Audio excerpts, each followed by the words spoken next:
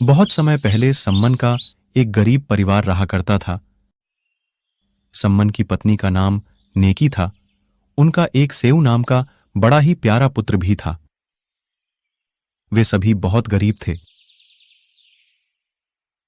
वे कबीर साहिब के तत्व ज्ञान से परिचित थे और उनके द्वारा बताई गई भक्ति को मन लगाकर किया करते थे।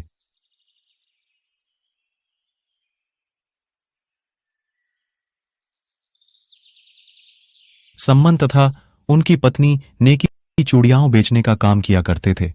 गरीब होने के कारण पूरा नगर उनका मजाक उड़ाता था, लेकिन उनमें कबीर साहिब का तत्व ज्ञान ऐसा समाया पड़ा था, वह किसी का भी बुरा नहीं मानते थे और अपनी भक्ति को सुचारू रूप से किया करते थे। वे घर घर जाकर धनी व्यक्तियों की स्त्रियों और बेटियों को चूड़ियां पहनाते थे, लेकिन इतना करने के बाद भी उन्हें बहुत कम धन की प्राप्ति होती थी, जिसकी वजह से कई बार तो उन्हें भूखा भी सोना पड़ता था। सम्मन तथा नेकी जिस भी घर में चूड़ियां पहनाने जाते, उस घर में व्यक्तियों को कबीर साहिब का सत्य ज्ञान समझाते और उनकी कथाओं को सुनाते थे। वे व्यक्तियों को बताते कि कबीर साहिब की शरण में बड़े बड़े राजा महाराजा आए हुए हैं, जिनमें दिल्ली के बादशाह सिकंदर लोधी, काशी नरेश, वीरदेव सिंह बघेल जैसे राजा शामिल हैं। लेकिन उस गांव में कोई भी गुरुओं पर विश्वास नहीं करते थे। वे उनसे कहते थे कि यदि आपके गुरुजी इतने ही सक्षम हैं, तो वे आपकी गरीबी दूर क्यों नहीं करते। लोगों के ऐसा कहने से वे निरुत्तर हो जाते थे, क्योंकि ये बात तो सच थी। लोगों के ऐसा कहने पर भी उनका अपने गुरुजी की प्रति विश्वास नहीं डगमगाता था। उधर सेऊ भी अपने मित्रों को अपने गुरुजी के बारे में बताता था। हमारे गुरुजी तो स्वयं पूर्ण परमात्मा आए हुए हैं, उनके तो बड़े बड़े राजा शिष्य हैं। अरे सेऊ, आपके गुरुजी तो लालची हैं, वो तो धनी लोगों के घर ही आते हैं। यदि वो इतने ही दयालु हैं, तो वो आपके घर क्यों नहीं आते। सेऊ उन्हें समझाता कि उनके गुरुजी लालची नहीं हैं, लेकिन सेऊ के लाख समझाने पर भी वे सेऊ की बातें नहीं मानते, क्योंकि पूरा गांव ही गुरुओं को पाखंडी मानते थे। माँ, गुरुजी हमारे घर कब आएंगे? मुझे बताएं, बाहर सभी भाई मेरा मजाक उड़ा रहे हैं। बेटा सेऊ, गुरुजी तो स्वयं पूर्ण परमात्मा है, वो सदैव हमारे साथ ही तो रहते हैं। गांव वाले अभी नादान हैं। वो सब तो ठीक है माँ, लेकिन एक बार गुरुजी हमारे घर आ जाएं, तो मैं भी उन्हें बताऊंगा हमारे गुरुजी लालची नहीं हैं। बेटा उनके तो लाखों शिष्य हैं, वो किस किस के घर जाएं? वो तो हमारे साथ ही रहते हैं। माँ, सभी हमारे गुरुजी का मजाक उड़ाते रहते हैं, कोई भी समझने को तैयार ही नहीं है। एक बार गुरुजी हमारे घर आ जाते तो उनको भी पता चल जाता कि सेऊ के गुरुजी लालची नहीं है। ये सुनकर नेकी और सम्मन को भी बहुत बुरा लगा, लेकिन वो भी क्या कर सकते थे। गांव वाले उनका भी मजाक उड़ाया करते थे। तीनों बातें कर ही रहे थे कि उनके गुरुजी कबीर साहिब उनके घर के बाहर कमाल और शेख फरीद जी के साथ आ जाते हैं। बेटा सेऊ, सम्मन, बेटी नेकी, कोई है क्या?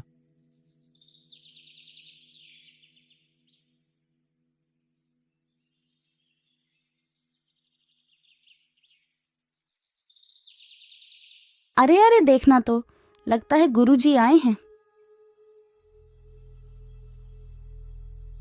लगता है हम सभी गुरुजी की बातें कर रहे हैं, इसीलिए हमें भ्रम हुआ है।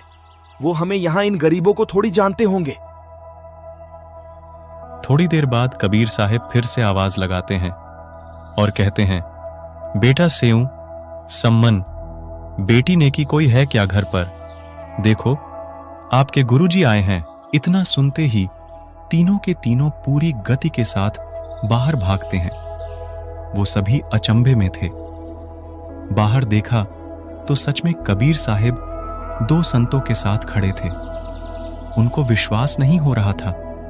सभी अपने गुरुजी को बिना पलक झपकाए देखते रहते हैं कि कहीं हम सपना तो नहीं देख रहे। भक्तों, कोई अब गुरुजी को अंदर आने को भी कहेगा क्या, या फिर यूं ही देखते रहेंगे? बच्चों, आज हम आपके घर ही रुकेंगे और सत्संग करेंगे। बेटा सम्मन, चलो अंदर चलते हैं। ये सुनकर तीनों बहुत खुश हो जाते हैं। वे कबीर साहिब को अंदर लाते हैं और एक बिछौना बिछा देते हैं। उन्होंने कबीर साहिब जी से खूब ज्ञान सुना। तभी भगत सम्मन कहता है, गुरुजी कैसे दया करी हम तुच्छ जीवों पर। आप तो अंतर्यामी हो। आज ही आपका बेटा सेऊ आपको बहुत याद कर रो रहा था और आप आज ही हमारे घर आ गए। आपने कैसी दया करी मेरे मालिक। हे गुरुदेव, भोजन की सुनाएं, आपको भूख लगी होगी। भूख तो लगी है बेटा, भोजन बना लो, खाना खाएंगे भगत।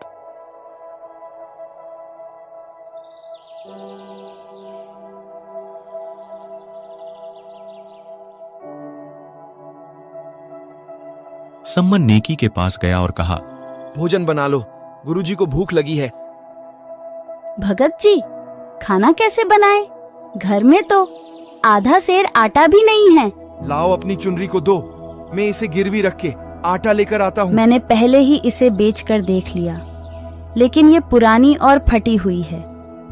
कोई भी इसे लेने को तैयार नहीं है जी। मैं कितना नीच हूँ। आज ही गुरुजी मेरे घर आए हैं और मैं उन्हें भोजन भी नहीं करा सकता। ऐसा करते हैं, रात को चोरी करके आटा ले आएंगे। कोई भी आटा उधार भी नहीं दे रहा है। माँ, आप ये क्या कह रहे हो? चोरी करने से अच्छा तो हम भूखे ही रह लेंगे। बेटा, हम तो भूखे ही रहेंगे। हम गुरुजी को भोजन कराने के लिए चोरी करेंगे। हमें इस नगर को भी तो बचाना है, वरना सभी को एक साधु के भूखे जाने देने का पाप लग जाएगा। और वैसे भी धनवान के घर से की गई चोरी को यादि दान कर दे तो उसका पाप नहीं लगता बेटा। सम्मन कबीर साहिब के पास जाता है। गुरुजी, एक समय का ही भोजन है, माफी चाहते हैं। हम आपको सुबह भोजन करा देंगे। ठीक है बेटा, वैसे भी अभी भूख खत्म सी हो गई है और रात्रि भी हो चुकी है। सो जाते हैं। कबीर साहिब सो जाते हैं। वही सम्मन नेकी और सेऊ रात भर जागे रहते हैं। सेऊ और सम्मन रात को नगर में चोरी करने के लिए निकल जाते हैं। दोनों एक सेठ की दुकान के पास पहुंच जाते हैं।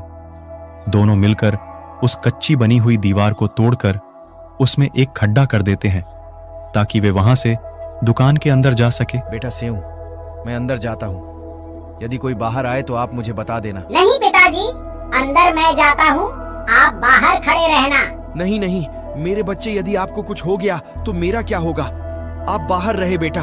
पिताजी, मैं छोटा हूँ।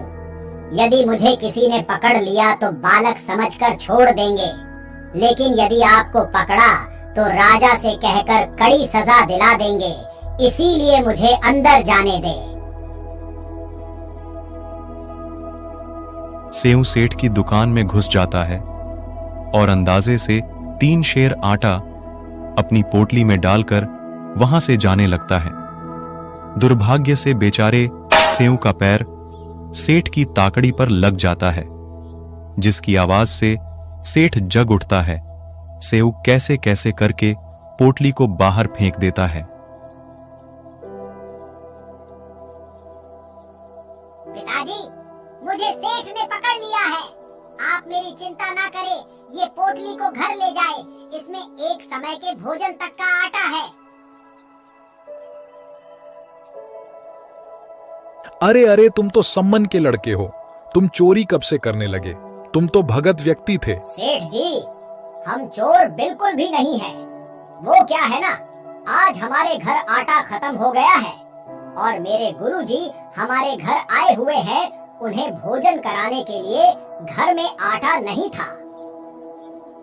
कोई भी उधार आटा देने को तैयार नहीं था। इसीलिए मुझे चोरी करनी मैं भी पड़ी। तो कहूँ, तुम तो चोरी नहीं करते थे। वो तुम्हारा गुरु तुमसे चोरी करवाते हैं। सुबह होते ही उसे राजा से कहकर सजा दिलवाऊंगा।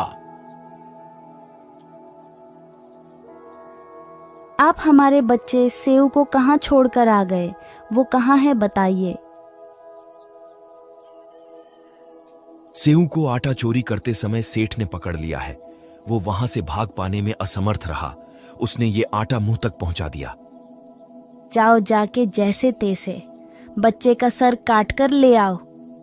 अरे आप पागल हो गई हो क्या? ये क्या कह रही हो तुम? मेरे सेऊ का सर काटने को कह रही हो?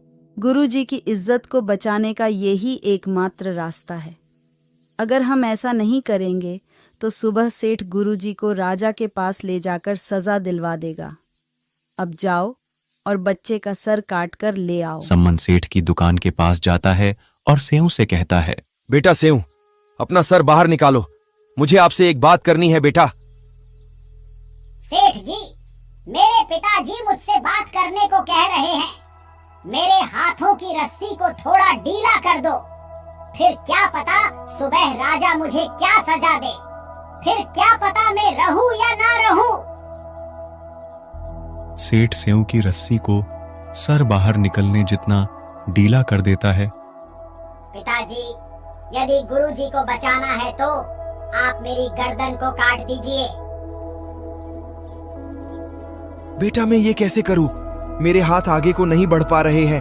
तो एक ही तो पुत्र है मेरा। पिताजी, यदि आपने मेरी गर्दन नहीं काटी तो मैं आपका बेटा और आप मेरे पिता नहीं। इतना सुनते ही सम्मन ने उस तेज धार हथियार से सेऊ की सर और धड़ एक ही झटके में अलग अलग कर दिए। उधर सेठ ये देखता है तो सोचता है कि यह तो बहुत बुरा हुआ। अब इनके गुरुजी की जगह राजा मुझे फांसी पर लटका देगा। सेठ सेऊ के धड़ को रात को ही चुपके से किसी पुराने पखवाड़े में फेंक देता है।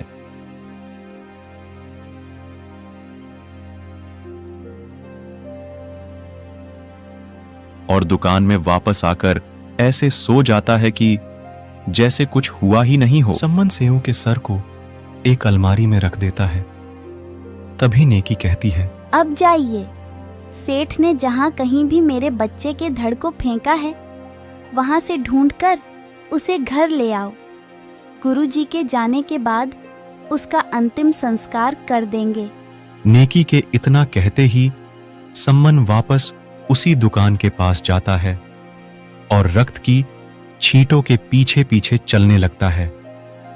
और जहां सेठ ने सम्मन के धड़ को फेंका था वहां से उसे घर लाकर एक पुराने से कपड़े से ढक देता है।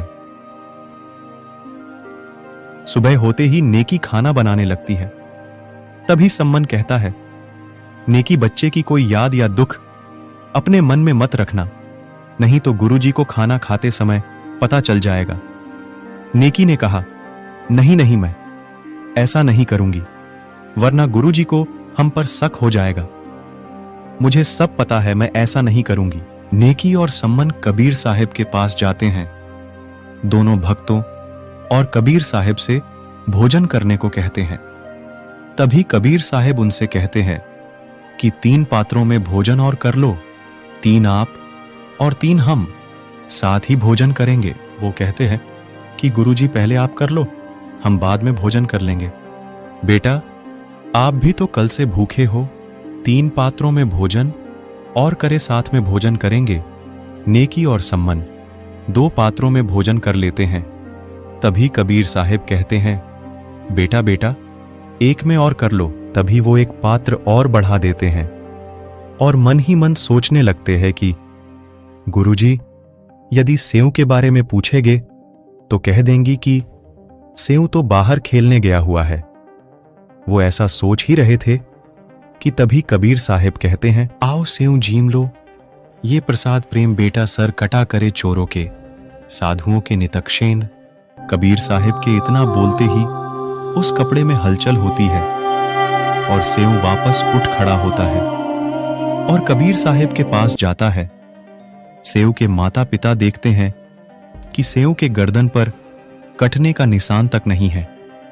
सभी अपने गुरुजी कबीर साहिब को दंडवत प्रणाम करते हैं।